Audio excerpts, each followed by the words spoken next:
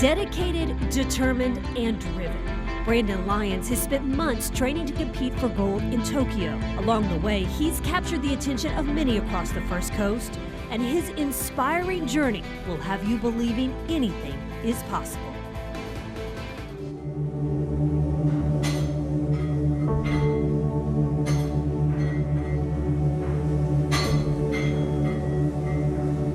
Like dumbbells or something.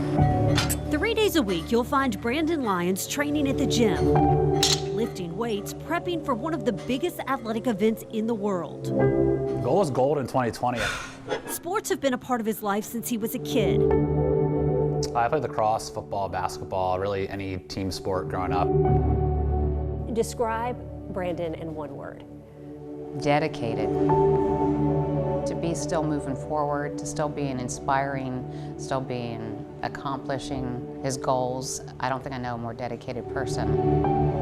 Kelly Benny says her son has always worked hard to achieve his dreams. And we're just amazed at what the kids continuing to do and keep accomplishing. Yeah, and never in a million years would I have thought I'd be where I'm at now.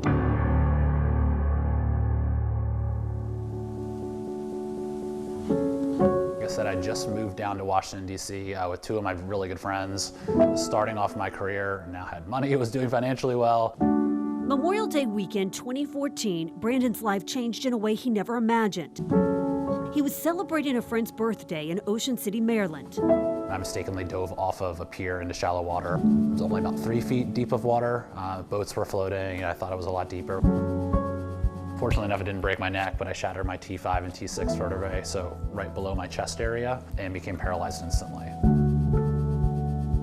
His mom got the call from the helicopter airlifting him to the hospital. Pure nightmare. You never think you're going to get that phone call. That always happens to the other family. Brandon was paralyzed from the chest down, a fact that might cause some to lose hope. And we were even warned that he would hit a depression, and it never happened. And I remember the doctor coming in and telling me that I only had a 1% chance that I was ever going to walk again, and I immediately grasped onto that. Okay.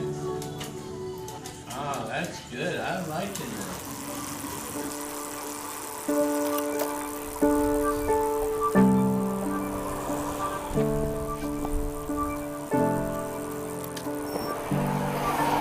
Brandon was training for his first marathon when he was injured. Instead of dropping out, he switched his registration from runner to hand cyclist. Got the hand cycle, got out of the hospital, rode it for the first time. It was nearly impossible to even get out of the driveway. But the more he cycled, the better he got. Then, the day of the marathon, he got a flat tire halfway through. Calling my mom and telling her what happened, and she was like, well, you don't have two options. You can either wait there till the marathon's over, or you can somehow try to get to the finish line. He crossed the finish line after riding the last 13 miles on a flat tire. It would have been very easy for you just to give up. Right. Why didn't you?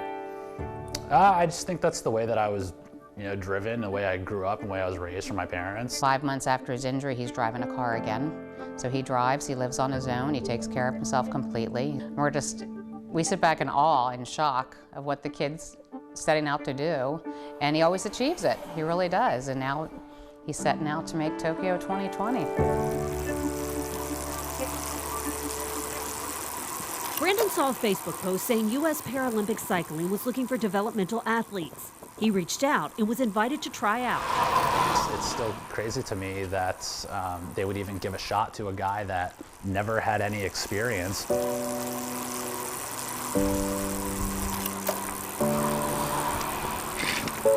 3 years to the day after he was paralyzed, he made history, becoming the first hand cyclist to live full-time at the Colorado Springs Olympic and Paralympic Training Center, a milestone marked by this sculpture of him prominently displayed at the center. I really found a purpose and a passion in the sport and wanted to really go after this next goal.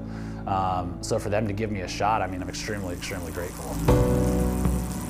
It's just amazing to see him race and to see what he's doing. It's very inspiring, and it's your only son, and you're just so proud that he's working so hard towards a goal and that he's still achieving.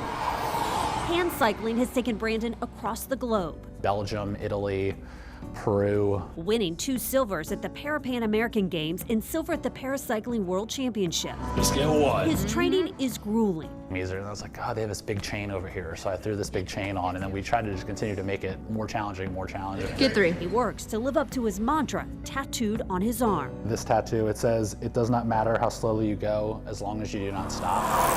I hope to show someone that if you really put your mind to it, you can actually achieve anything.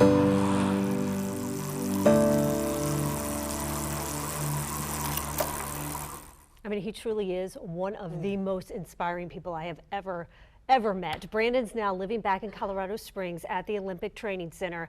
His parents live in St. Johns County in Cimarron, and that neighborhood really has rallied around him, even holding a fundraiser to buy a new motor for his wheelchair for when he travels. But he is remarkable. I mean, just watching his interview, I can just feel that positive spirit coming from him. He is definitely determined. So, Heather, when is he going to find out if he made the Team USA? Yes, so he finds out in June if he's earned a spot on Team USA at the Paralympics in Tokyo. And you heard his mom say, whatever he sets out to do, he achieves. So I have no doubt he will make that team.